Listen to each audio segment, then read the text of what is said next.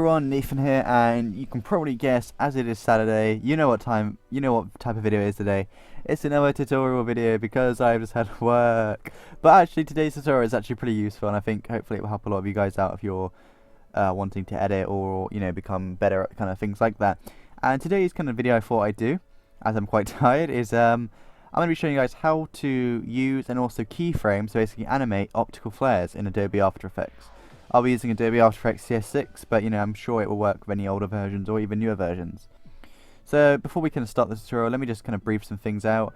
Optical flares are basically flares which are lights, and in general, if you use them right, they can really they can brighten the picture and just make a really nice kind of cinematic effect, just in general, they're used. And if you're using a video sometimes, animating them, moving them professionally or how you want to, can also make a key impact. Optical flares themselves, I believe they're not on Adobe After Effects, you have to install them. I will provide a link there where you can get them for free. But again, use that under your own will, educational purposes. And I will provide the actual link for Video Copilot, because I believe they're $100, I can't remember exactly, but I'll put both links in and choose which one you will, but I'm not telling you which one to go for. And once you've installed them, just watch another video. I'll try to provide a link for that anyway, so you know how to install them. And basically, once you have them in this search bar, if you type in optical flares, they will be there. So let's first of all start about how do we use them generally. So just to show you for this example, I've actually just got a dark blue background. So import your picture or whatever you want. You can either do file, import, file, and just locate it, or drag it in here, and once you've got it here, drag it down here. And drag it down. Oh, is it being quick? I don't know what's happening. It's frozen. Oh, it's because I'm on the render queue. Oopsie. Like so. As you can see, this is my background. I tried to go with something which is just simple, but you can hopefully see the effect. So let's just say, I've got, okay, again, this is just a plain background, but I will show you something I've done recently on my thumbnail. But let's just say this is a background, and I want to add an optical flare in. What you want to do is, don't just drag it there, or don't just drag it on the image, because you won't be able to edit it. You want to make sure you click on the actual photo or video, and do Layer, New, Adjustment Layer. It's very important you do Adjustment Layer, and it'll basically make this new layer down here. Now, click and drag the optical flares over adjustment layer, over this new layer. You can have more than one adjustment layer, you can have loads of flares if you want, just make sure you drag it each one.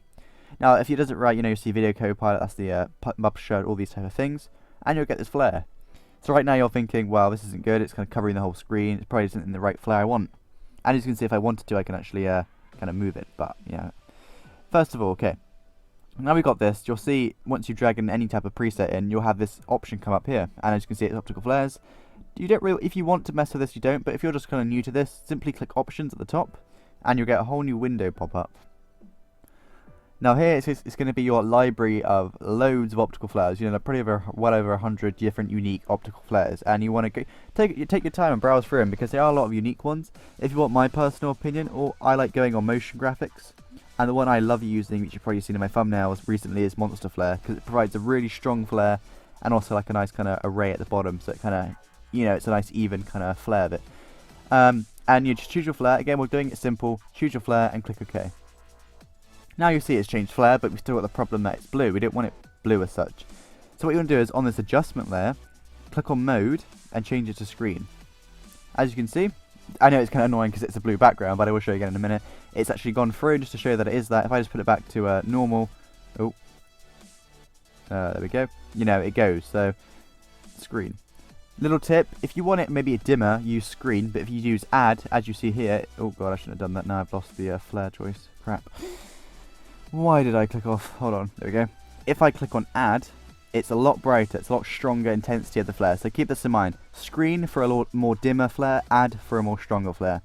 And as you can see, using these kind of little crosshairs, I can move the flare in the direction I want. If I want it in the strong beam at the top left, or maybe in the middle, whatever you want.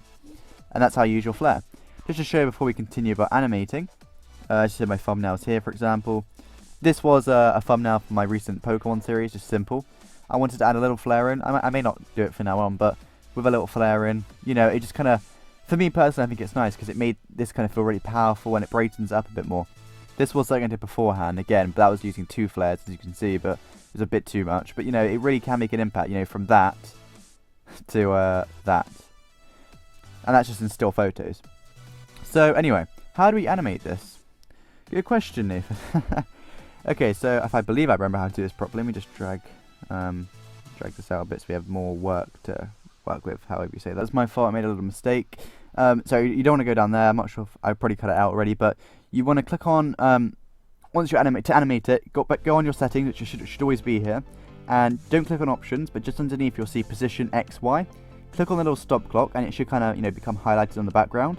And once you've done this, it's up to you. So for example, let's say if I kind of moved it to 10 seconds and then moved the actual optical flare, it's going to take 10 seconds to move to that position. So I want a nice kind of quick transition, so I'm going to move it to I'm going to move it to 2 seconds, and I want to move it downwards in the bottom corner like so. Now I want to move it again really kind of short, like just another literally 0.2 seconds, and I'm going to move it just a bit like that.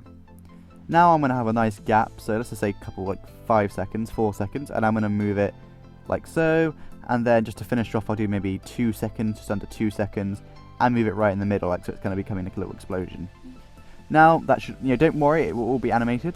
As you can see, as I drag it backwards, it moves in this position, so if we actually RAM preview this, you can see the transition of how quick it is.